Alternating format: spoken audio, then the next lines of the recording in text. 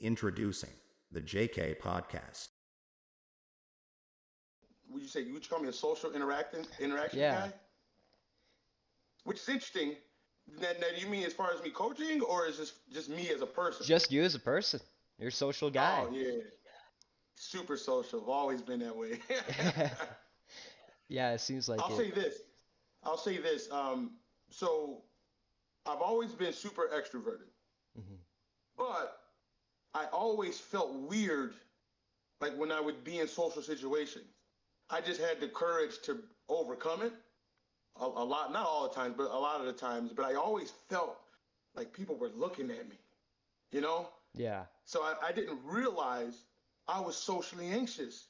Now I Mm. had the courage to overcome a lot of it, but I still always felt it was draining to me. So then that's when I decided to turn my content into helping people get over that because I was like, oh, be the content. Would you consider yourself a content creator? Yeah, I would consider it. Okay. So I forgot where I heard it. Maybe Grant Cardone said this. He said, instead of trying to make content, be the content. Mm. And that hit with me because I used to, so my following on Instagram started with comedy sketches. So obviously, because I'm a silly fool, right? So I was making these sketches, and I was pretty good, right? I'm a pretty silly guy. But the problem I was having was you have to keep coming up with ideas. Yeah, it's true. And if I was having like a writer's block or like, is this funny? Is this funny? So then when I heard the concept of become the content, so like document it. So I was like, oh, what if I just document my what I'm doing in my life to help me, and then put that on camera, and then my shit blew up. Mm. It fucking blew up. So yeah, I would say I'm pretty definitely social. I would also say my small talk game. As much as I'm not a big fan of small talk, I'm extremely good at it. Mm. So yeah, I would definitely say I'm a social interactions, a lot of energy person, and I appreciate you saying that because I actually do focus on it. It's interesting you said that. Mm-hmm. I mean, when I came across your content, you're showing to people that kind of be loud, be loud with your voice, be confident, and that's what kind of like I saw. I was like, wow, that's perfect. And you're doing it like on video, people are watching you doing it, and like gas stations, grocery stores. It's crazy. So it's good to see how you're also helping people because you're kind of showing them, and they're seeing it. They're like, this is just a basic conversation. You could do this. You could do whatever you want. It doesn't really matter what like other people think. You know what? It's interesting. What I've learned is the best way to help people is to help yourself and document it. Mm. Mm-hmm. So like let's say you because like I was always a person I'm a people person by nature, right? So I'll do I was always willing to help any person and I still will, but that was my prime focus is to help other people individually.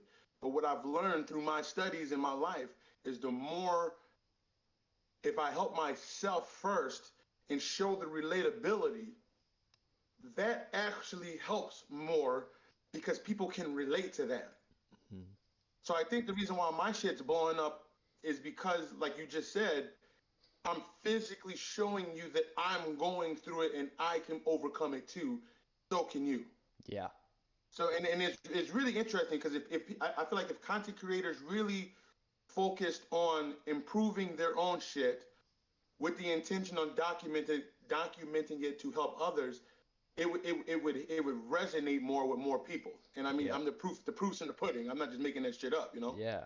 So yeah, I would totally say that's it's a secret that I think a lot of people don't know. Help yourself. Be relentless on self improvement, relentless, Mm-hmm. and document it, and you'll help. You know what? Let me tell you a quick story. So I lost a bunch of weight back in the day. I lost 175 pounds, right? Wow. And yeah, a ton of weight. I was 417 at one point. Today I weigh about 269 or something like that. Anyways, but when I back in the day when I first decided to lose the weight, I went on Facebook and I wrote this long paragraph, something on the lines of, "My name's Chris Campbell and I'm morbidly obese. I'm sick of having these problems where I'm on an airplane and I got to ask for a seatbelt extender, or I'm breathing heavy. People saying I'm snoring too loud. They saying they thought I stopped breathing, and I just pretty much laid it all how I feel like shit now. Yeah. And I hadn't, and I was like, I need your help. I don't know how to do this. Clearly, I have a problem, but I promise I'm gonna make a change. And I posted it with my body half naked on Facebook. That was like the hardest thing I had ever done, right? Because I had body Yeah. image issues. So I posted it, and it took me a while to press enter, man. It took me like a good hour before I like, because you got to put yourself out there for that shit. Yeah. So I put it out there, and then I swear to God, I shit you not, it felt like there was a weight off my shoulder. Okay. Super weird. It literally felt like I was like, and then I was no longer like, what's the word? I was no longer like I had anxiety about it. Ended up going to sleep. Woke up the next morning, right? Woke up the next morning, and I'm like, oh shit, I forgot I posted that last night. Oh shit. So then I clicked on Facebook, and it was, and this is before I had a bunch of followers. I had like 130 comments, 200 likes, and all I did was just have the courage to say that I was going to make a change. And all the comments were like, "You're such an inspiration. This is so motivating." It was so overwhelmingly positive, and surprisingly, I was inspiring other people, and I hadn't Mhm. even done shit yet. Yeah. I guess the thing I did do was I had the courage to say that I'm willing to work on it, which takes a lot, as we know. Mhm. But I didn't lose the weight yet. I didn't figure out how I'm gonna do it. I just posted that I'm gonna make a change, and the comments literally were like, "You helping me make a change," and I hadn't done shit. So that taught me a very valuable lesson. If you just have some courage, you don't even necessarily gotta. I mean, you should, but you don't even gotta fix the problem in order to inspire someone. Yeah. Very interesting what I learned about that. Yeah.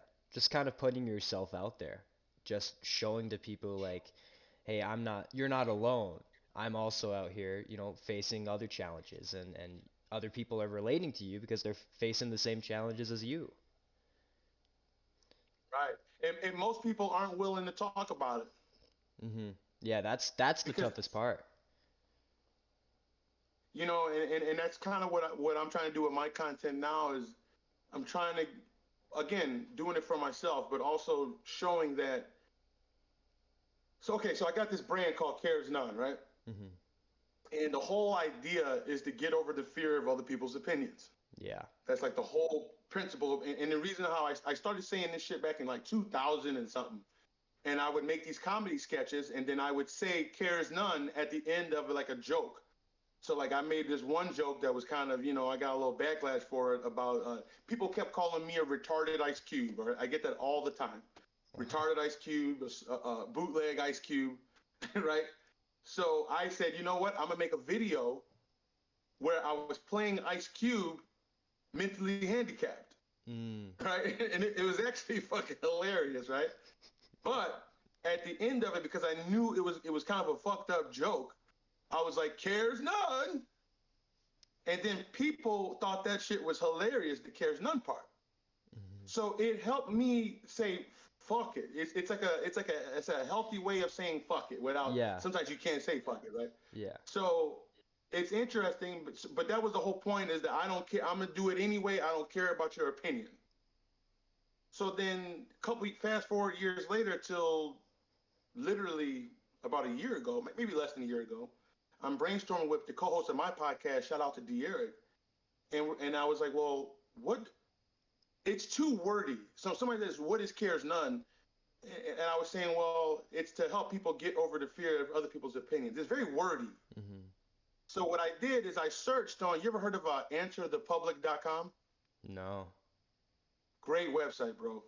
So actually, you probably wouldn't need it. Are you into AI at all? A little. I'll mess with do you know what GPT is? Yeah, that's what I'm Yeah, talking about. Yeah. yeah. It's a great tool, bro. Yeah, it is. It's super helpful. Like a lot of the stuff, like sometimes for like podcast episode titles, I'm like, damn, I can't think of shit, and I'll just boom put that in. It comes up with a great time. I'm like, hey, I'm going with this for sure. And there's ways. So you ever heard? There's this term called prompt engineering. Have you heard of this yet? I don't think so. So it's wild shit. So when you and I, let's say somebody just tells us about Chat GPT, Mm-hmm. and don't forget to let me go back to that last story. But so you go on Chat GPT, and then most people will just like say, list me 5 podcast episode ideas, right? And then it spits you out 5 podcast episodes idea. Yeah. But with prompt engineering, you you word the question in a way to get better responses. Mm. So there's this whole formula of how to ask the Chat GPT to give you better output. So the idea is the better the input, the better the output. So if you get into it, and like I said, I've just been doing a deep dive in the last like couple weeks about how to prompt because that's the key. You can make one prompt, which is just the way you phrase the question, that can literally create you businesses if you create the prompt correctly. So I'll just give you a quick one. What you could do instead of just saying list me 5 podcast ideas, you want to start off and give it a context. So you want to say something like, I want you to as Joe Rogan, uh, act as Joe Rogan, and now it knows to answer all the questions going forward as if it's Joe Rogan. Wow. And the reason I mentioned Joe, you're right. The reason I mentioned Joe Rogan is because he's got the best podcast on earth. So Yeah. I would assume, you know, if you ask questions from his perspective, you're gonna get some of the best responses. Yeah. And that works with anything. Let's say you wanna solve a question about you wanna fix your car. You tell ChatGPT to act as a world-renowned mechanic. Or let's say you want to make a book. You want to write a book. You would say act as a publisher and an author on a New York Times bestseller. Then, right, it's crazy because I'm like most people just ask the question, but if you set it up like this, then it gives you better response. Yeah. So what you do is you set the role of what you want ChatGPT to talk to you about. Then you set the task. So, for instance, let's use a Joe Rogan experience. Let's use a Joe Rogan example. Act as Joe Rogan. Your task is to help me come up with 5 of the most creative and unique podcast episode ideas that have to do with self-improvement. Then you can give it a little extra and you say, you do not offer suggestions until you ask me questions to make sure you have all the necessary information to give me the best possible podcast ideas. It's like, and then, but when you do it like that, you get better ideas. Wow. Yeah, so I'm telling you, if you're a Chat GPT guy, I'm telling you, go on YouTube or TikTok or wherever, and just and then type in prompt engineering, and I'm telling you, it would behoove you to really focus on that because so there's a website now where they're selling prompts. It's called prompt based. So let's say you come up with a phenomenal prompt, right? And whatever it is, you can sell that for like $2 or $3. But if 10,000 people bought it, it's a lot of money. Yeah. Damn. Or you can buy someone else's prompts that are already really good. Mm-hmm. So like this one dude is, and again, they're no more than like $7, so they're not like crazy expensive, which is crazy because then even if you would just give like okay, so let's say one's $2. All right, well what's $2 Yeah. for someone who has a prompt that they've already figured out, and you don't even got to do no thinking. Just put the prompt in that you buy and put it in. So to make a long story short, Chat AI, it would behoove everyone to put a lot of focus on that because if you do not focus on this, someone else is, and you're going to get left behind. Yep. Yeah, I see so many people using AI as a resource now. It's crazy. Have you seen there's these videos that they're doing now where AI is like acting as like actual people like say like talking like Joe Rogan or talking like like uh the president. You know, it's crazy how many resources there are with AI nowadays. It's nuts. And the people that are actually using it compared to the people that are like, oh, you know, I'm just gonna use it with my own mindset. Sure, it's good to have your own opinions and kind of put your own mindset into your project or into your business, but if you're looking to get like high quality results, AI is a huge resource for that, especially when you can't even think of anything. It helps you Right, immediately. right. It's definitely an idea, like for sure, an idea generator, a hundred Yeah. percent. So here's what you could. So here's what a lot of people say that, right? Well, I want to write it because I want to be original. Here's what I did. So I just came out with a free PDF file where people can download it and it'll help them do their own exposure therapy. It'll teach you all the step by step of how to do it. And I started it off. I wrote a little story about the first time I did exposure therapy, and I wrote it pretty good. And then I read it to a few people, and they were like, "Damn, that's really good." But then I told myself, "Wait, but Chat GPT is a resource." Yeah. So I said, so I took my shit, what I wrote, I prompted it correctly. So again, I said, I want you to act as a world renowned author who has books on New York Times bestseller. Your task is to make is to help my writing become more engaging and more captivating. Hmm. That's what I said. Do you understand? And that's a big one too. You got to say, "Do you understand?" to make sure that it because then it'll say, "Yes, I understand. My job. I am a world renowned," and it'll tell you exactly to make sure. Because if you don't do that, it don't know where to get the information from. So you have to set that role. So then I said, I put my shit in there, and it redid it, and it's the same story, but you could tell that it feels like it was one of the like a best selling book. So it was Oh. still like it was my story, but they added descriptive words, and it was just like you could tell like, oh damn, this shit's more engaging because it's acting as a world class writer. Yeah. So, but it's still my idea. It's still my quotes. It's still my story. So when people can say that, like to me, I think you should almost filter everything through this to just improve your own idea. Now, I wouldn't say use it to create your own. Like, don't just. You can. Like, I could have it write a book about me, but and I guess you could do that too, because you can ask it to ask you questions to help you write the book. And like Mhm. another thing you could do, let's say you like to read books. I'm assuming you like to read Yeah. books. Okay, here's what you do after you read a book. Do this, bro. Go on ChatGPT, and to make sure you understand the book, ask it to ask you questions about the book. Mm. So then you like study it to really know if you know it or not. Because you know how sometimes with books, you caught a few things, but you don't, Hmm. right. So then you say, I want you to quiz me 5 multiple choice questions. Um, and then let's say you answer them, then you can say, give me 5 more that are more difficult. And then you can just keep doing that to see if you really understand the book or homework or whatever or a TV show, man. I'm telling you, everyone, y'all gotta take advantage of the fucking AI. And there's so many tools out now. Yeah. Chat GPT is just one of them. Yeah. And I'm pretty sure ChatGPT is not even like its full version yet. I think they're still Yeah, making yeah. huge advancements in it. It's crazy.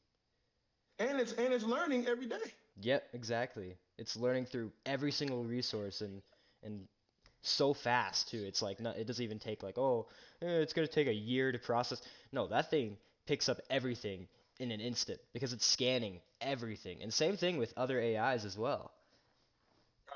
Yeah, it's crazy. But do you think that like there should be some kind of security? Because if we just have like everyone using AI and I see some people using it in schools as well, to maybe cheat on a math test or write an essay for them. Do you think it could be a little dangerous? Okay, so I have and this is not my original thought. You know who Neil deGrasse Tyson is? Yeah.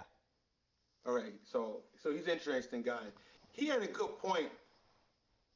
The the re, the question we have to ask ourselves is why would we want to use Chat GPT to cheat in school? Mm. Now, the answer is obviously we want to get a better grade, right? Yeah. That's the school's fault. It's the school's fault is because they're not teaching you to love learning. They're teaching you to learn to love the grade. Yeah. Wow. There's right. So you shouldn't because the older I get, the more I'm like, I actually want to learn this shit. Mm-hmm. Like, you know what I'm saying? Like, I want to know what it is that I'm talking about. But the reason why I would have used this to cheat back in school too is because, it's because I know they don't really give a only thing they care about is the grade. Mm-hmm. The only thing they don't make you, at least the schools I went to, Yeah. they didn't make me enjoy learning. So I think what the schools can do is, instead of looking at Chat GPT or AI as like oh man, it's gonna fuck our shit up, to look at it as, okay, we have this new tool, right? Let's learn to use this tool to get even more shit. Mm-hmm. So I think if you, instead of saying just get good grades to get a good job and then get a house with a white picket fence, like, I just think that that's an old school way of looking at school, and it's fucking Yeah. stupid. Yeah. And again, man, like I said, maybe I'm just old angry dude, but I'm telling you right now, if you cheat, I am not. Yes, I think people are definitely gonna find ways to cheat, but stop looking at the grade as the end all be all, and like, because if you get a bad grade, then you're like, what, you some piece of shit? Mm-hmm. Because the teacher, it's your job as the teacher to make me want to learn this shit. You're teaching me. Yeah. So if I get a bad grade, that's because you didn't captivate me. You're the teacher. So, or me, well, Chris, well, the kid was fucking around and he was being bad in school. That is your job to that is your job to make me want to learn. Yeah. Yeah. Exactly. Yeah. So There's. yes, are people going to cheat? Yes, Mm-hmm. but I think that should be a sign that maybe our fucking thing, the way we're doing it, might not be the right way. Yeah. The education system has been the same for so long, and the world is changing rapidly, especially with AI and technology. It's really interesting to see how it hasn't changed yet. And I think that we should make huge changes. There was one idea that I had that this may just be me hating on math, but I think everyone hates math, but I was saying they don't make business classes like a mandatory class compared to math. So I was saying they should propose and put business classes to teach kids how to do maybe taxes, how to own real estate, there's so many people that graduate from high school that don't even know how to manage money at all.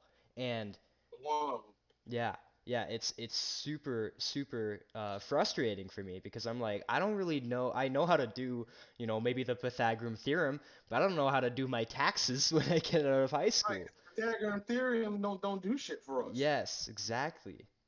It's So really I upsetting. guess so. There's maybe you get into just deep conspiracy theories, but it's almost as if they don't want you to know how to do that. They want you to be a worker, Yep. Employee. right? They want you to be an employee. They shut up and listen and follow the rules and do as you're told. Hmm. They don't necessarily want you. Again, do I know anybody in the uppers? I don't know, but it seems like, why would you not teach the things that people are going to need in their lives? Yep. Yep. But that's why it pays and then we realize it's public school. Like, did you go to a public school? Yeah. Yeah, me too. So I think when you pay for schooling and you get in those private schools, I think they talk about that kind of shit in those schools. Mm. And I now understand why I used to always think that rich people were just being bougie. Like, oh, you know what? We want our kids away from the bums, right? Yeah. That's how I kind of grew up thinking. And maybe to some degree it's true, but what it's more now that I'm learning, it's more about keeping your kids around like-minded kids and like-minded families, so then you guys all come up together Yeah. successfully. Yeah. So when let's say you pay $30,000 to go to this school or a country club, it's not necessarily about I'm better than you. It's about, if everyone in this room paid $30,000 to be here, that means we're all on the same page mentally about what's going on in here. Hmm. Because imagine if 15, let's say there's 20 people in a club, 15 of them paid $30,000 and the other five didn't because they couldn't afford it. They're not thinking on the same level that the other 15 people are. So it's not going to work because they're going to be like, the conversations are different. Yeah. So I now understand what they mean about schooling, man. I don't know, man. There's some positives. There's the social aspect, which is huge because you want to get people used, so that's huge. But I don't feel like I learned much in school, bro. I've learned way more on my own outside of school, and that's including college. Because Yeah. I went to college and I learned a little bit, but I learned way more in the last 10 years than I've ever learned my whole life. Wow. What did you learn through? Was it like AI or just kind of, just No, no, no. So mostly, fucking YouTube University, mostly, and books. Yeah. No, but it's for real. Yeah. YouTube University, I feel like I've learned way more from YouTube University and I've accomplished more through that than I've ever accomplished anything through school. Mm. Yeah, I've Or learned a lot through podcasts, YouTube too. watching a podcast like yours, Hmm. I can, you bring different guests on, you giving game. I learn more from your actual real life experience than in school when the people who are teaching us didn't even do the thing that they're teaching us. Yeah. At Yeah. least, like, so I can come to you. I'm not going to listen to a teacher tell me about a podcast and they never had a podcast. I'd rather listen to you about a podcast because you literally right now are making a podcast. You know more about it than a teacher who's never done it. Yeah. That's true. And It's and your experience is going to be even is stronger than that. Because let's just say, well, the teacher, I studied podcasting for 10 years, so I know everything about it, but they never created one. Your experience and feeling the shit is a better teacher to me than reading the book. hmm. So, like for instance, let's say something happens right now with like the audio. Oh shit! Then you got to figure it out right now. What's going on with the audio? That's experience. That's true wisdom. Whereas a book, you might even read that, but until you feel it, did you really learn it? You're gonna learn it because next time you do a podcast, oh, make sure to do this because last time I didn't do this, the damn audio went out. Exactly. Yeah. Yeah. We've just started doing video recording. The start of the podcast, I think 9 episodes in was all audio based, Spotify, etc. We just got started on YouTube. And a lot Is there of more than it, one? sorry? You got more than one person? More than one person, what do you mean? Like You running it? said we started Oh yeah, the yeah. I podcast. have a co-host of mine that will do episodes just me and him, just talking about certain topics around the world and so on and so forth. But yeah, yeah. When we first started it, it was audio based, and then we moved into video, and we're seeing a lot of trial and error with video because we don't know we're totally new to this realm, and it's interesting to see, but I think a lot of people need to realize that's how most things go. You have to jump in. It's not going to go according to plan. It's always going to have its own faults. It's always going to change. It's always going to have problems. But I'm learning so much to get past those that I don't have to experience those and have those problems again. So I think people really need to focus on understanding on what they did wrong the first time and then changing it to actually implement it to make sure it doesn't happen again. Yeah, see the problem that I notice what people have is they're scared to mess up in the beginning, Yeah. right? But if they can change, one of the best quotes I ever heard was, "If you change the way you look at things, the things you look at change." So I'm actually writing my book right now on that principle. If you change the way you look at things, the things you look at change. So when you make an error, when something happens, if you can look at that instead of saying I just messed up, look at it as, oh, now I have a data point. I have information now of what not to do going forward. Without making mistakes, you literally don't learn. Hmm. It's almost as if you need the mistakes. You should almost be reaching purposefully for mistakes because then you have another data point. Now you have more game. Yep. So, and you know this as well as anybody, it's always going to be trash compared to what you'll be doing 10 years from now. Yep. My first video compared to my videos now, remarkably different. but and then we need to. My job or what I'm trying to do, and it seems like you're trying to do the same thing, is convince people that, dude, you just have to just go. You have to Yeah. find whatever you need to feel the resistance. Yeah. Yeah. You have to face the obstacles head on. You can't just avoid them. You can't just, I'll do it later. I'll go towards that direction a little later. Do it now, and you don't have to make out a whole plan. Like when I first started doing podcasts and businesses and such, I I wrote a whole plan. I was like, okay, I'm gonna do this, next. Never went that plan. Never ever got the chance to follow it because stuff would come up, stuff would change. I'd have to do this thing first compared to the other thing that I had to do. So it's really upsetting. It's frustrating for me because I want to see more people just jump in and stop being kind of afraid. I think people kind of use that as a mental block in their own head to say, "Oh, I can't do that yet because I haven't made a plan." You don't need to just jump in. You're making it. That's an excuse. That's all it is. Now, don't get me wrong. Like a plan can get you in the right direction, Oh yeah. but you got to be honest with yourself. Are you are you gonna follow, like you have, like once you make the plan, you got to stick to it, but don't have analysis paralysis. Which and listen, I've been guilty of that in the past too. So I ain't judging nobody. Hmm. I'm just saying I've learned that analysis paralysis, man. You make your plan and then you go. Yeah. Or if you're really a boss, which I'm starting to believe now, you like you just said, just dive in. Fuck it, we're just gonna go as we go. Yeah. But I'm listen. It's okay to make a plan, Oh yeah. Yeah. but just don't stew on that plan too long. Yeah. Exactly. Yeah. Just don't just sit there and just be like, okay, I have to do this thing next. I have to, just go with it and just follow it. You're gonna have problems, and once you get past those problems, it's gonna be great because you're gonna be like, wow, stuff is so much easier now. People think that like and this, I had to learn this too the hard way. Let's say you bomb. Let's say you mess up really bad. Hmm. No one cares like we think they do. Yeah. No one cares at all. Like really nobody cares. Cares none. Even if they care for like a second and then they don't, but they don't really care. They're just reacting, Yeah. but they don't really give a damn.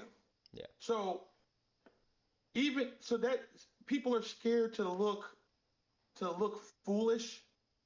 People are scared to have people cringe. And I'm just like, man, the people who would even say anything about you being cringe are still they wish they were you because they wish they had the courage to put something out there. Yeah. It what you're doing right now on your podcast is extremely courageous. Yeah. Yeah. And most people have no, most people are so scared of the opinions of others, and I get it, because that I was too. That's why I made the brand to help me get over it. Cares not that's why. If you can find a way to get over it, you can watch my content, listen to your content, go on YouTube, go on TikTok, click in how to get over people's opinions. There's all kind of information out there to start you on the process. Yeah. And I'm on some new shit right now. So I've been. Do you meditate at all? Yeah.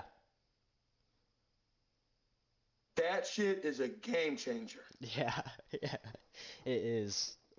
It really is. If people realize the power of that shit for so many things, and the biggest thing I'm learning about meditation is that because most people, what do they think? Oh, I can't stop my thoughts.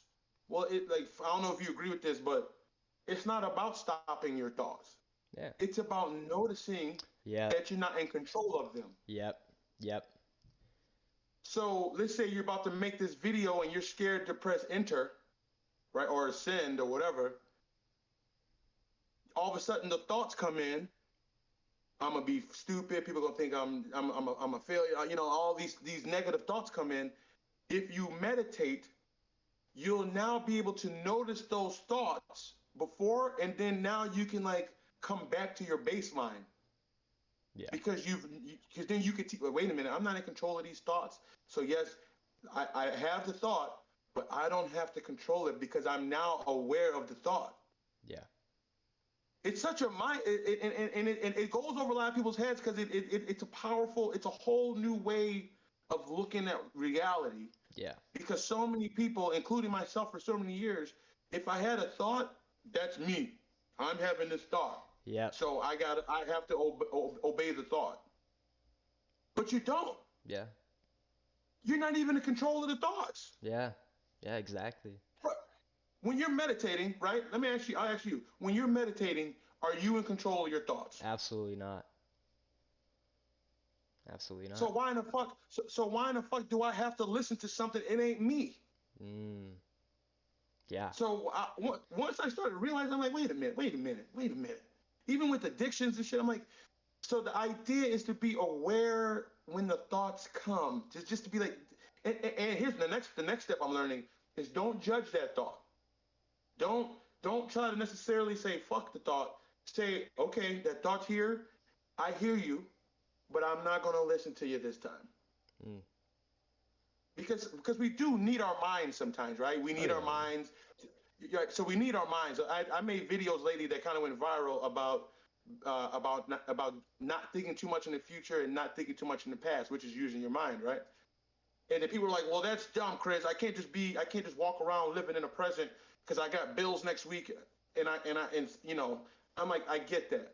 Yeah. You still have to use your mind. But when you have the shitty thoughts, which we all do, that's when you need to become present, which is meditation. Yep. I think that's if more people meditated, I think that we would live in a we would live in a society where people are suffering a lot less. Yeah, 100%. I totally agree. There is a great Have you done a float tank? Sorry? Have you ever done a float tank? A float tank. Oh, I've heard about those. I've seen videos, but I've never done it. Dude, you gotta do it, bro. I bet that's so, like, it's like it's just a whole dream, right? You just like kind of dream the whole time in a way, right? So here's how I describe it.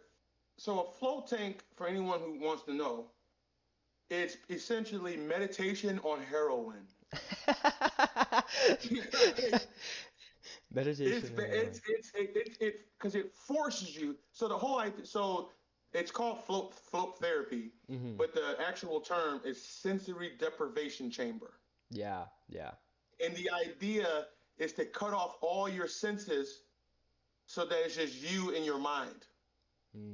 So it's this room where the water is like, I don't know, a foot high, and it's filled with a bunch of salt. And the salt keeps you floating. Yeah. So now you don't feel gravity at all. So you're just floating there, gravity, which none of us have ever felt that before, unless you're floating. Yeah. Then it's completely pitch black. So now you can't see. That sense is off. You can't taste anything because you're not eating anything. You can't smell anything because there's nothing in there to smell, and you can't hear anything because you have earplugs. So all your senses are cut off. Yeah. So and you do it for like most people go at least an hour, but you can go up to however long. And then the idea is because your senses are cut off, you're gonna have to face your thoughts, neck face on. Yeah. And then what you'll realize, at least for me, in the float tank, you want to talk about understanding that you're not in control of your thoughts. When it's just you and your thoughts, you really don't control them motherfuckers. Jeez. My buddy just did a float tank the other day, and for the first, I've been trying to tell him for 3 years, and he's a hypochondriac, and so he has vicious anxiety when it comes to like health problems. He'll get like a little, you get like a little feeling, and then he thinks he's dying. It's like he's actually fucked up. Yeah, really fucked up. But I'm like, dude, you need to do this float tank so you can realize that when those thoughts come, because you have them all the time, that you don't have to listen to them, right? So he finally did it after 3 years, and he's like, bro, I should have listened to you. I'm like, I know. You too, bro. And this is what you do. Go on Groupon, and you can find them for like half off all the time. They typically go about $60 to $100. You get into that room, it's like an hour. And then a lot of times you get a massage afterwards. at the very least, it's relaxing. Yeah, yeah. Yeah, it's I mean, if you just want to go there and just relax for a bit, I mean, hey, there you go as well. But yeah, I wanted to you mentioned, when you talked about meditation and this tank, you know, that is like one of the hardest parts is your mental strength and just this rapid thoughts coming in. That's the hardest part, but there is a great way that I'm not sure who described it, but they said that thoughts are almost as if it's like a storm cloud just passing by. It's like it'll be there, the thought, you just think about it, and then it just goes away. That's all it is, and you're not controlling it. You can never really control your thoughts like all the time. 90% of the time, it's just like random thoughts coming in.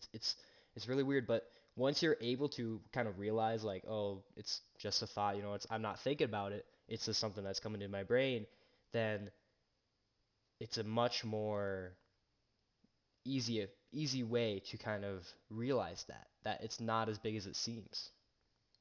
Right, and I love the analogy you just used about the storm, right? It's like, so it's literally like, it's a great analogy. So it's like your storm comes, and it could be a wild storm with thunders, but it's still a storm that's going to pass. Yes, So exactly. what I always say is you can direct your initial thoughts, but inevitably within seconds you're thinking about something else. Yeah.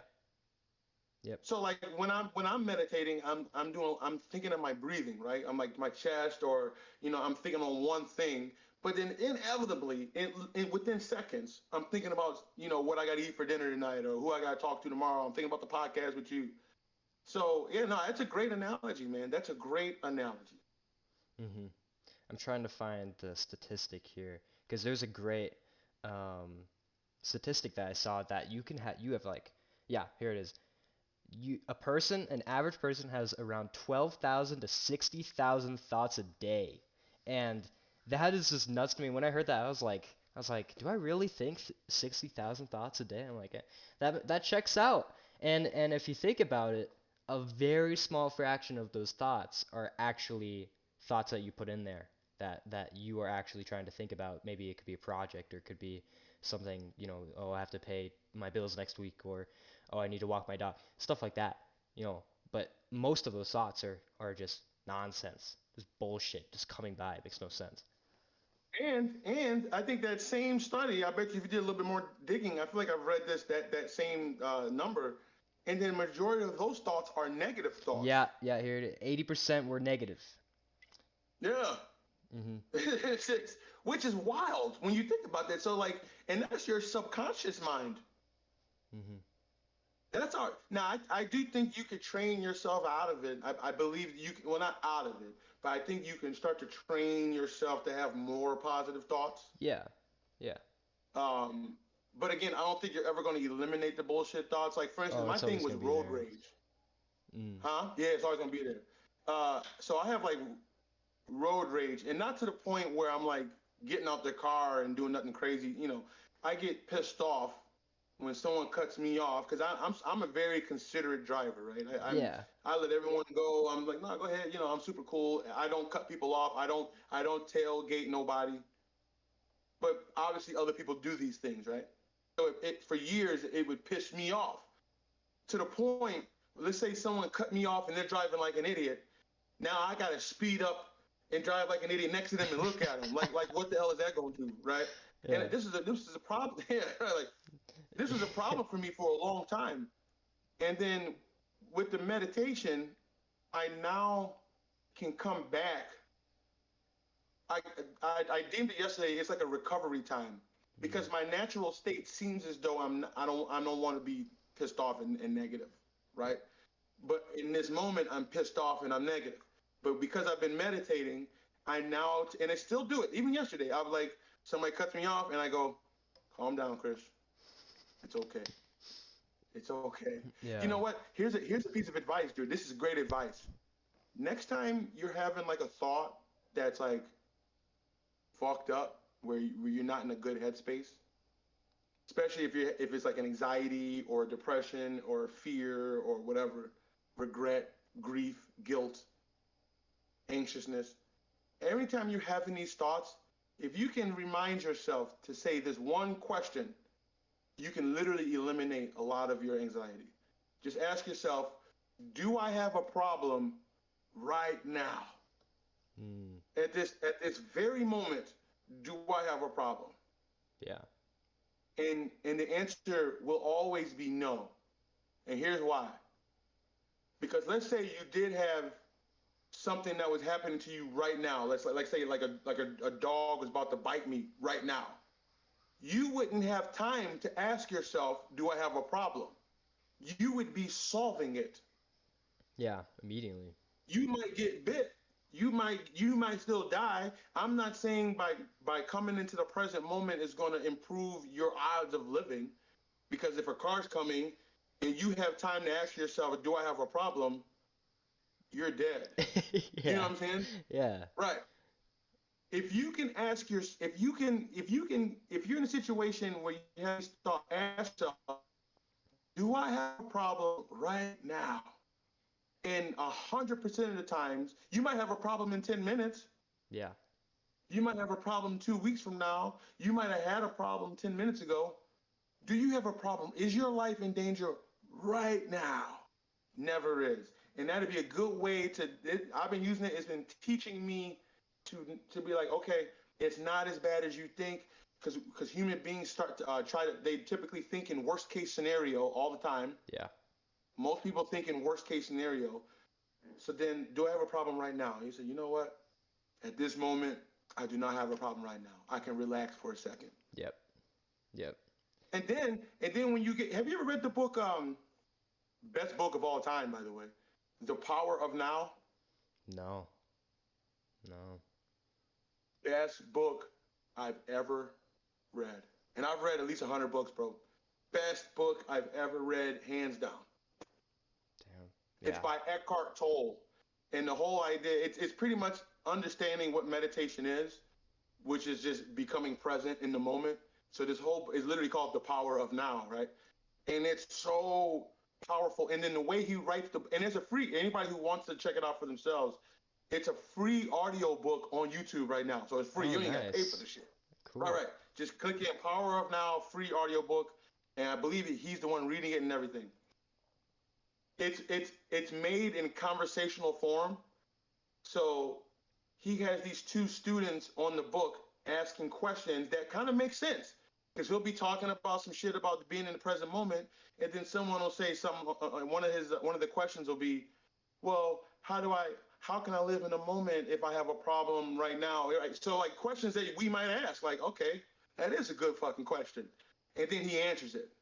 Yeah. And he answers it very well thought out, articulate, easy to understand, easy to digest. And I'm like, whoa, bro, I've never cried in my life reading a fucking book ever. Mm-hmm. This book made me realize that I was holding on to some bullshit with some friends of mine. That's powerful to me. Yeah. Because and what I was doing, let's say I'm holding a grudge against a buddy because I'm pissed off. That means I'm literally thinking in the past Yeah. about some shit that happened. But if I'm thinking right now, there's no problem right now. It just is what it is. Yeah. And I believe, and I know I'm talking a lot, my fault. No, you're good. I know, to me, I understand, because I'm a confidence coach, right? Mm-hmm. And I have all kind of tools and tricks to raise people's confidence. But the real confidence, and I had to get here, is being okay with whatever the fuck whatever happens, and just pure surrender. Some people call it God.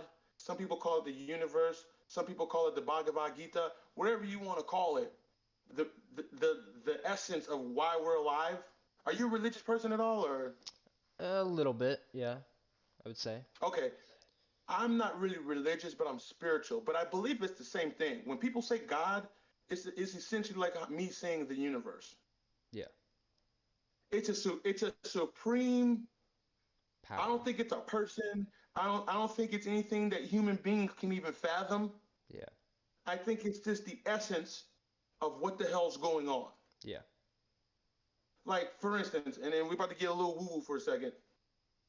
what is the thing that makes your body pump blood automatically? What is the thing that makes when you put water into soil and with a seed that makes it grow? And I don't mean scientifically, like how does it work? Why does it work? Why are we even here? What is that? Why are you and I talking to each other right now? Why do we desire to talk to each other right now? Yeah. Can anyone really answer that question? I don't think so. No. Not factually speaking. Yeah. You can have a belief, right? I actually heard a quote last night from this Rastafari dude on TikTok. It was hilarious. He goes, "You only believe what you don't know." Yeah. I thought that was a good quote, That's a right? good ass quote. Yeah. Yeah, that's what I That said. is a good ass You quote. only believe what you don't know.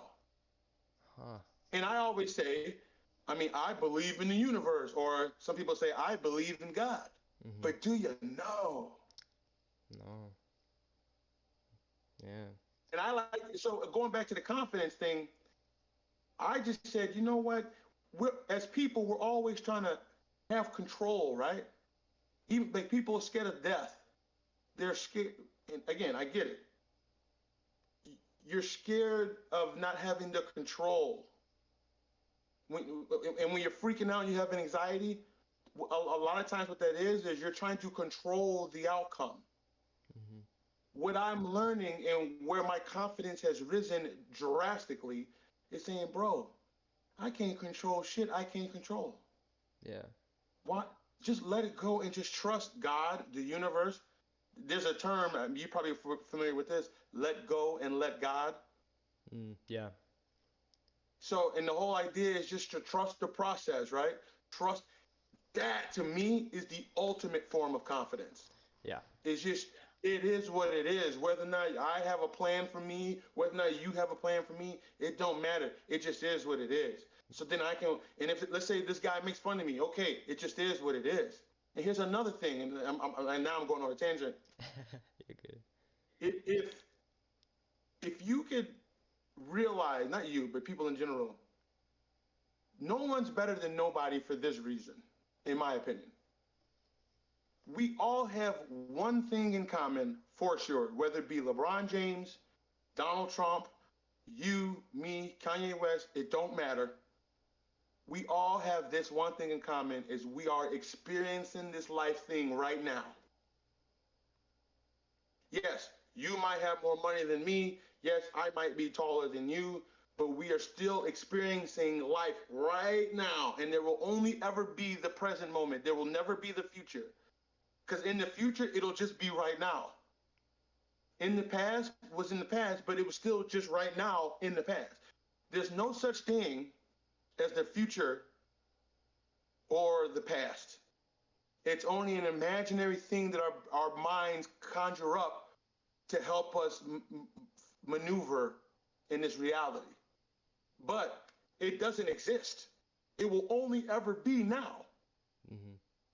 Right? Like, can you fathom that idea? Yeah. Yeah. It will only ever be now. But we don't live that way. Yeah. Let me ask you this. If I gave you $100 million, no strings attached, would you appreciate that? Yes. Right. Yeah. You'd be very happy, right? Oh yeah. Now let me ask you this. What if I offered you that $100 million, but the only catch was you couldn't wake up tomorrow? Would you take it? No, probably not. Why not? Because I wouldn't be alive to have it. So what you're saying is life literally is priceless. Yes. Yeah. But we don't live like that. Yeah. Think about that. That's wild to me. None of us, listen, some people do take it to that next step, which is unfortunate in my opinion. Yeah. I try to get to those people who do that.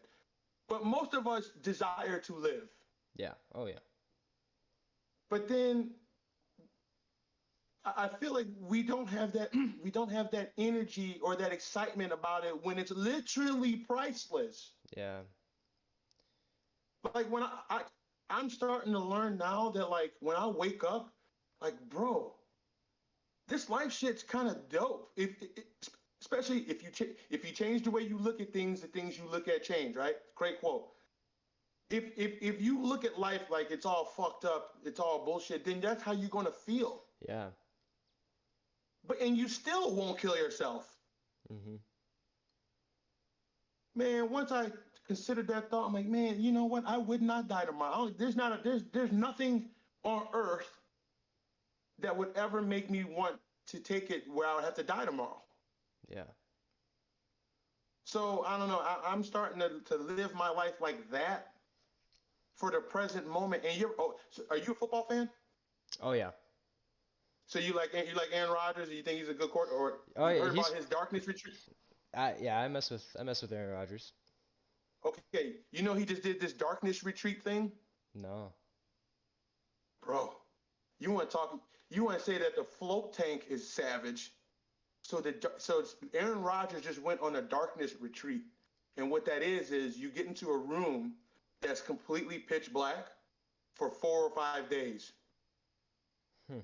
Jesus. and it's like profound because what it does is it's like the float tank where you're just forced to be with your minds for 4 or 5 days. Some people do 40 days, 40 fucking days. That just sounds wild to me. Hell But no. imagine that. So you go on the website and then you can see these people who have done it, and they all say the same shit. When you're in this room in this darkness retreat, your mind's going through 1,000, you know, like what do I do? Am I bored? I don't know what to do. You start to do this, then you start freaking out. Then the thoughts that you're trying to not have, they come. It's just this huge thing going on in your brain. And then what they all say is when it's over, they have more of an appreciation for when they first walk out. They're like, damn, I realize how much I really love life.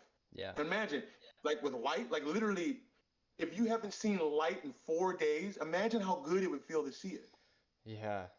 Yeah. It really shows how, you know, you could just kind of not see what you are actually grateful for. Right. And this supposedly this darkness retreat forces you to realize what you deep down are appreciative of. You just Yeah. forgot it because of life and shit. But like friendships and being outside and being able to literally walk and shit like that, little shit like that we take for granted. Yeah. Supposedly this darkness retreat gets you there. Yeah. It gets you there quick. Yeah, I'm gonna do it, man. I'm gonna do it. 4 days. Yeah. I mean, there's just a lot of bullshit that gets in the way of making you grateful or making you appreciate those little things. There's so Right. many. What do you think? What do you think are some things that get in the way? I mean, maybe haters are one. You know, people letting you down, saying, "Hey, you can't do this. Hey, you can't do that." You know, people restricting freedom towards you. You know, a lot of negative things like that, or just like unfortunate random things that happen that are just out of your control. Stuff like that really is what stops people from appreciating what's around them completely. Yeah, man, I'm trying to change that. Like, so, like, what a little step that I've been doing recently is, like, let's say you're at let's say you're at a store or someplace, and you got to wait for a few minutes, right? Hmm. What do most of us do when we got to wait for a few minutes? Stand there, No, or we you don't have just it on stand your there. phone. You go straight to your phone and you go on Yeah, TikTok or some shit and you start scrolling, yeah, right? yeah, We all do it. That's like what we all do, right?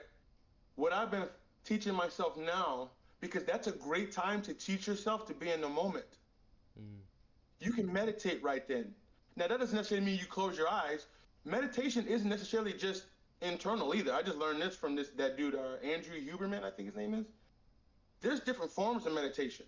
So, what I've been, and I don't do this every time, but I'm at least 80% of the time, whenever I have to stand and sit for a few moments, instead of reaching directly for my phone, I say, no phone, just just be here right now. yeah, Just be here right now. yeah, Because let me ask you this: most people, right? Most people are trying to Like they're not okay with just being. Yeah. Why? I wonder, I wonder why. And like you said, there's things getting in the way, but if we could teach ourselves to be okay with just being, like, or like boredom, for instance. The reason why some people won't do the float tank is because they can't fathom the boredom. Yeah.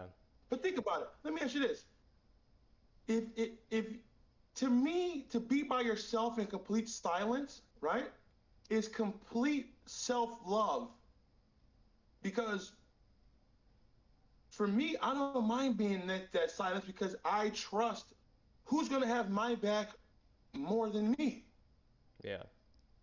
I feel like I'm a good dude. I feel like I have cool shit to think about. I feel like my mind thinks about cool thoughts. And I don't mind being bored with that because I can go back and forth with myself. And then, because sometimes the bullshit thoughts come, I kind of like when those thoughts come because that's the shit that I know I need to work on. Yeah. Yeah. Personally. Yeah. So, I don't know. I suggest people to listen. I'm all about technology, so we gonna be on our phones. Fuck that. I'm gonna be on my phone. But take little occasions throughout the day to not be on your phone. Yeah. And just experience the now. A lot of people say you go outside and just walk amongst nature. A lot of people say that shit, and I get it. Because then you realize, damn, like there's and I know this sounds very cuckoo. I get it, but like this tree, there's a lot going on with this tree that I'm looking at right now. Mm. And then think about the journey of that tree, like just like oh man, and I know it seems so like, oh okay, the guy cares about a tree, big deal.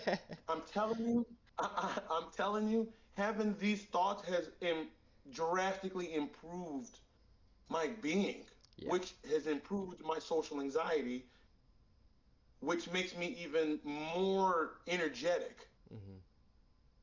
Because now I feel like I'm this beacon of like a beacon of like positive acceptance.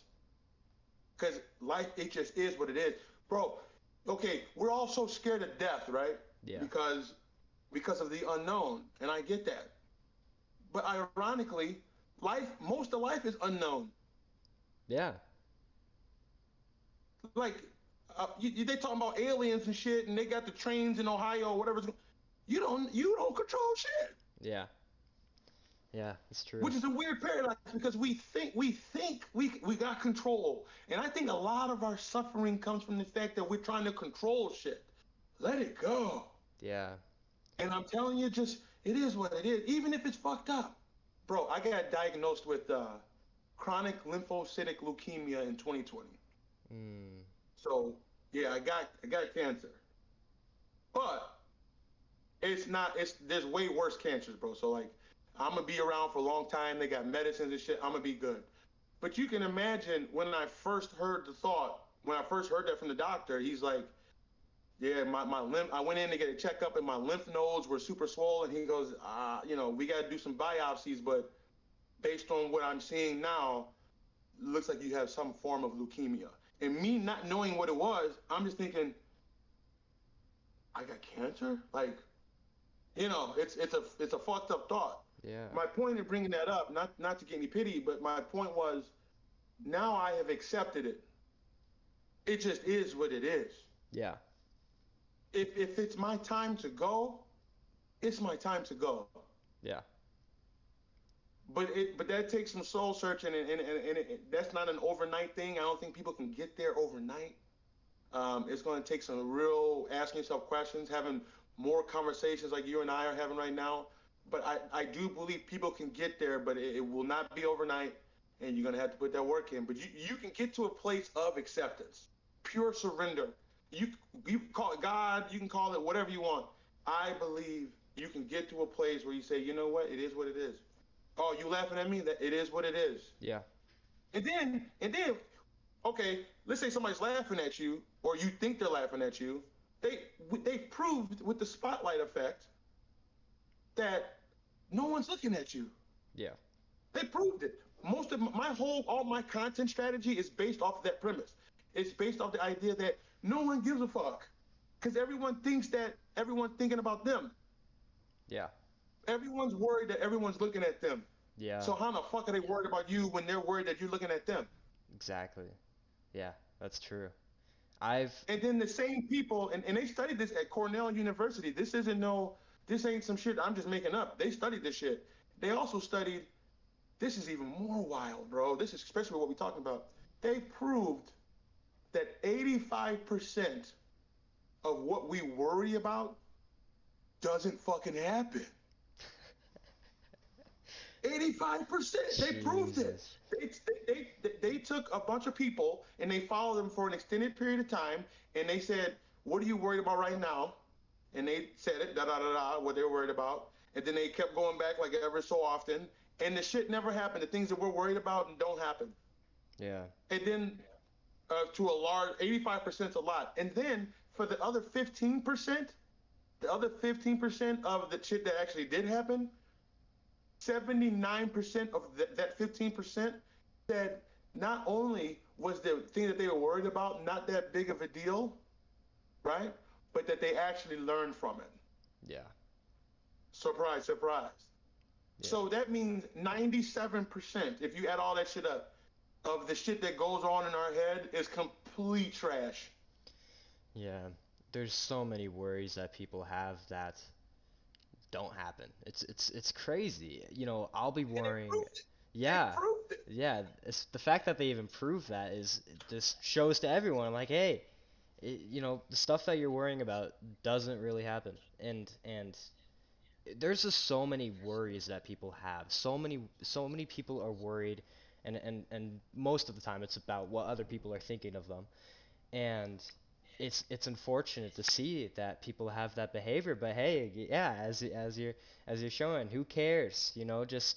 Just focus on improving yourself, and just kind of block out all that noise. There's too much You know what's noise. funny? You just said who cares, and then because I would say the same thing, like who cares, but it's like nobody. Yep. Dan, who cares? Nobody. Yep. You, you're the only one. Yep. Yep. So, oh, bro. Yeah, it's a weird world we're in now that everyone just I think a lot of it's from social media too. I think a lot of it Yeah. is social media because everyone's looking at this person, they're saying in their own head, they're like, oh, I'm not like that person. Uh, that makes me, unsuperior, or at a lower than average rate. It's a lot of distractions that are causing that. Well, and social media by design, especially, it is designed to show you the highlights. Yep. That's the whole point of it. Is oh, today look what me and my cat did today, right? Or oh, look what me and my little girl did today. Yeah. By design, it's supposed to be the highlights. Yeah. But I do think that this is a problem that's not just so. I think social media might have amplified it, Yeah. but I do think it's an issue that anxiety, especially social anxiety, is it's been around since the dawn of time because back in the caveman days, if you didn't fit in the society, you would get cast away, Yep. and then you'd have to survive on your own, which back in the day you wouldn't be able to do by yourself. Yep. Yep. So you had to make sure you didn't piss the people off so you could stay in the group, Yep. right? Because human beings are very communal people. Human beings work really well together. That's why we're the apex predator. It's because we have our minds and we work together. Yep. So that's why I believe why people are so worried about other people's opinions is because and because people are really tied to their identity. Yeah. And that's what I'm learning about meditation and being mindful is that when I'm having these thoughts, like for instance, another thing why people are scared of death is because you're considering your mind and like your personality, everything you've ever known, everything you've ever loved. You're looking at that as what you're gonna miss, right? But all that shit is just programmed into your mind. Mhm. I believe in my heart that I am not my mind. I believe my mind is an extension of me in this reality. But it's not me, clearly, because we can't control that. We've already discussed that. Yeah. So to me, it would behoove us to really focus on not being so attached to these things. Because think about it, between the ages of 1 through 5, you don't even remember what the hell went on in your life. Yeah. And a lot of who we are stems from 1 through 5, actually 1 through 7, or excuse me, birth through 7. You don't know. What if you fell down or something when you were 4 years old and a bunch of kids laughed at you or whatever? A lot of us hold on to, and here's what happens. I'll tell you what happens. Here's why people are socially anxious. When you were younger, something happened, you did something, a bunch of kids laughed, or something happened, and you didn't like the way it made you feel emotionally. So then you said, ooh, I don't like that shit. So then your brain, because your mind is intelligent, it says, okay, in order to not feel that shit again, we have to act this way going forward. Right? So now every time this situation that made you feel shitty before, you now know a way to react. Let's say going out to the park. But here's the problem with that. 10 years later, 15, 20 years later, you've been practicing that idea for all these years. So now, 20 years later, you're scared to go out because you still remember, you've been listening to your mind tell you this is how I'm supposed to act in these situations so I don't feel that emotion again. But it's like, let me ask you this personally, you. Let's say you're 35 years old and you have $1 million business, okay? Would you let a 6-year-old run your company? No. Why not? Because they're not intelligent enough. They wouldn't have the experience. But we'll listen to our 6-year-old self though. Yeah. We wouldn't let a 6-year-old run our business, but we'll let a 6-year-old run our lives. Yeah. Oh man. Yeah. When you put it in that perspective, you're like, that's true. That's fucking true. I would not let a 6-year-old or a 15-year-old for that matter, or even it depends on, it's relative, right? But you wouldn't let something else that clearly didn't have the experience or knowledge. You know more now than you did when you were 7. Mm-hmm. You know that when you go out to a place where there's a bunch of people, that people aren't going to laugh at you. You know that. Yeah. But you remember it happening that one time when you were younger because kids are just wild as fuck. So now now because you've been doing it, and every time you paint this layer of your persona, right? Because we're all just creating this persona. So you think you're you, and I think I'm me, but that's just who we created because we can decide to be whatever we want. Yeah. Let's say you're a liar. Let's say you personally, you are a liar. You lie. Mm-hmm. You can decide today, going forward, I'm no longer going to lie. Yeah. So now your personality is literally changed overnight. You were a liar, now you're deciding not to be. Yeah. But the only way to do that is to recognize that the thoughts that you have in your mind, they're not in control of you. You need to try to control it as best you can. But I think a lot of us are so attached to these thoughts that if I'm thinking it, that just is what it is. But it's like, no, that's not how it's got to be. Because we can all just decide to be wherever the fuck we want to be. Yeah. And then, let's say you want to be how about this? Why can't you be the next Joe Rogan? I don't know. Why not? I don't know. Because. Do you think it's possible? Sorry? Do you think it's possible for you to be Joe Rogan or like bigger? Yeah, I'd say so. It's definitely possible. Most people don't believe it, bro. Yeah. So I'm trying to help people believe that shit because I believe my podcast is going to be one of the best in the world. Oh yeah. I think it already is, to be honest. Mm-hmm. So that's just where I'm at with it. Yeah, a lot of people need to be more confident in themselves because that's the key part is if you're confident with everything that you're doing and you believe that you can accomplish something with it, then you're going to. It's Well, hold on. So check this out. Remember what we said earlier? You believe what you don't know.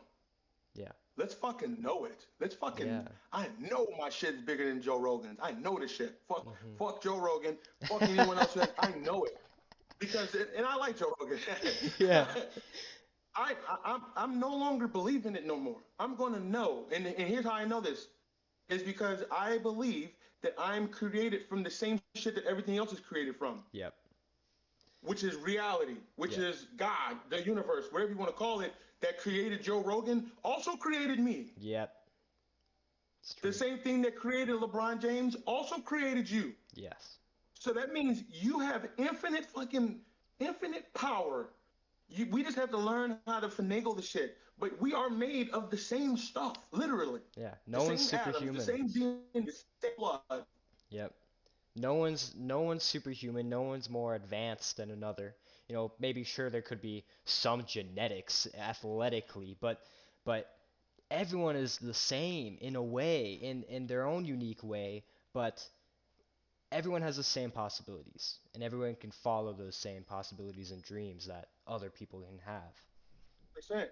So remember that I told you that that dude that said you only believe what you don't know? Hmm. He also had a great analogy. He said, what if I gave you 5 jugs of water? One, two, three, four, five. One was black, one was red, one was yellow, one was green, right? And if I put them all in front of you, would you be able to tell what was inside of them? Excuse me. What's inside of them is all fucking water. Mm. But just because we have different exteriors on the outside, it's the same fucking thing. Just because we're different on the outside, we are still made of the same shit on Yeah. the inside. Yeah. It was this old Rastafari dude. He was talking in Jamaican and shit. He goes, "You only believe what you don't know." I hope I saved it. You only believe what you don't know. And I was like, that shit is profound because I never thought about it like that. Yeah. Yeah. Everyone's different on the outside, but we're all the same on the inside. And we're lit. This is wild, bro. We are literally made from the same fucking molecules as everything ever. Yeah. Me in this fucking book are made from the same shit. Yeah. So like to me that's so liberating because like well if LeBron James and I love LeBron if LeBron James if we all stem in so we're all made from the same thing and we're all in this present moment together that means that whatever he tapped into to get his life where he wanted I can too. Yeah. I just have to find my thing. Yeah. And typically from what I'm learning is whenever you're most people what they're successful in is the thing that they desire the most. For him, he loves fucking basketball. Yeah. For me, I fucking love talking, Yeah. right? So so then I'm like, you know what? And I know I love talking, so I'm just gonna focus on that. And then because you are what you think, then you can start to. Oh, as a matter of fact, I take that back. You ever read this book? No. Don't believe everything you think by Joseph. Is it the right side? Is it? Can you read it? Yeah. Joseph. It's not backwards, is it? No, no, I can read it. Joseph Yeah, something. I don't know how to pronounce his last name, but yeah. Joseph Win, win. which is weird. How the fuck is that Win? But it is. I don't know. So and that's what I'm on, man. And it's weird because I would have never thought I was so like about spirituality, Hmm. but that personally has given me the most that's made my trajectory go the highest. There's other things you can do. My way is not the only way. Based on my years of existence, getting in tune with what's going on in the world has been the best for me because it's made me slow down. It's made me enjoy like really enjoying this moment with you right now. I'm enjoying this fucking water right now because when I watch that guy go in the float tank, or excuse me, the darkness retreat, he comes out. I can imagine what it'd be like to not have light for 4 days. I Yeah. can imagine that. So I'm like, you know what? I don't necessarily have to go into his situation for me to realize, damn man, it does. I don't want to kill myself. That means I do want to be here. So like, why am I so quick to not? Why am I so quick to not be where I'm at? I'm always trying to go somewhere.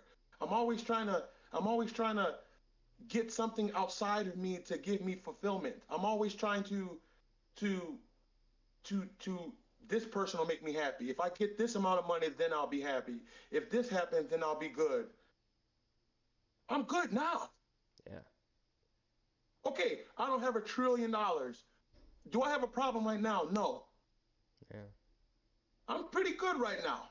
And actually not pretty good. I'm extremely fucking good. Just like right now, you're extremely good right now. Yeah. Are there things you desire, you want to do some shit, get the podcast popping? Absolutely. But you're still good right now. Yeah. And can't nobody convince me that you are not perfect right now. Yeah. So that's just where I'm at with it. I totally agree, and I think that's a great mindset that everyone should be at. But yeah, Chris, it's been an absolute pleasure having you on, man. Do you have any last message to the people or anything you want to shout out? Your TikTok, anything? Yeah, y'all can follow me at ChrisCaresNone on all platforms. I try to keep it 100%. I try to be as genuine and as authentic as possible. You can follow me on all the platforms. You can go to caresnone.com if you want to copy some dope merch. The cool thing about this merch is it's not just clothing because it's cool. It's designed to make you remember all the content. So then when you're going out or you're worried about something, throw your shit on, throw your Cares None gear on, and then you'll remember that you're fucking dope. Yeah. Damn, you got that tattoo. That's the whole point of why I made it. It's not just because, it's cool to have a clothing brand. It's to remind me. So like when I'm on a treadmill, I'll look down and this will make me not stop because I want to be dope. Yeah. So it serves as a reminder. Also, you can download, this is actually dope, Exposure Therapy, you guys. Go on my TikTok, click the link, sign up. It's free. It's a free PDF file. It's free. And it's exposure therapy and it'll explain all of it, but just to make it really quick, it's teaching you why it's important and what it is to slowly, methodically subject you to the things that you're most fearful of. So to get to the point where you're no longer scared of it. You want to expose yourself to the bullshit slowly and smartly. So that then you can train yourself to say, damn, okay, I've been doing this for fucking 2 weeks now. I was worried about it my whole life, but now that I'm slowly subjecting my thoughts and fears are irrational. And that's a free PDF file. So download that shit because I just came out with it like a week ago. Super dope. And that's it, brother. Yeah. To everyone that listened and watched, pleasure. And hope you guys learned something today, and hope you guys can use the information that you got here into your life. So yeah, we'll see you. Sorry? Where are you from? I'm in Utah. Oh, the All-Star game. Yeah. I went to the Rising All-Star game, which was pretty good. I mean, tickets were hella expensive for the actual games, but yeah, it was too bad fun. for the Rising Stars? Yeah, it was actually pretty good for the Rising Stars. You know what we did? We got nosebleeds, me and my friend, and we watched the game from up there, and then we were like, hey, we see some seats down there that we can go pick, like pretty solid seats, so we just went down there and took those, and no one knew. Yeah, no one even said anything. So I was like, this is great. Yeah, but yeah, it's been good. Well, shout out to Utah. I'm in Chicago. Yeah, that's nice, bro. It's cold there. I'll Cold get you here. on my podcast too, man. I'll set you up, get I'm you on totally my down. podcast soon, bro. That'd be fun. All right, for sure. Man, All right, brother. been a pleasure, and yeah, we'll see you guys in the next episode coming up soon. So stay tuned. Peace, guys. It's done.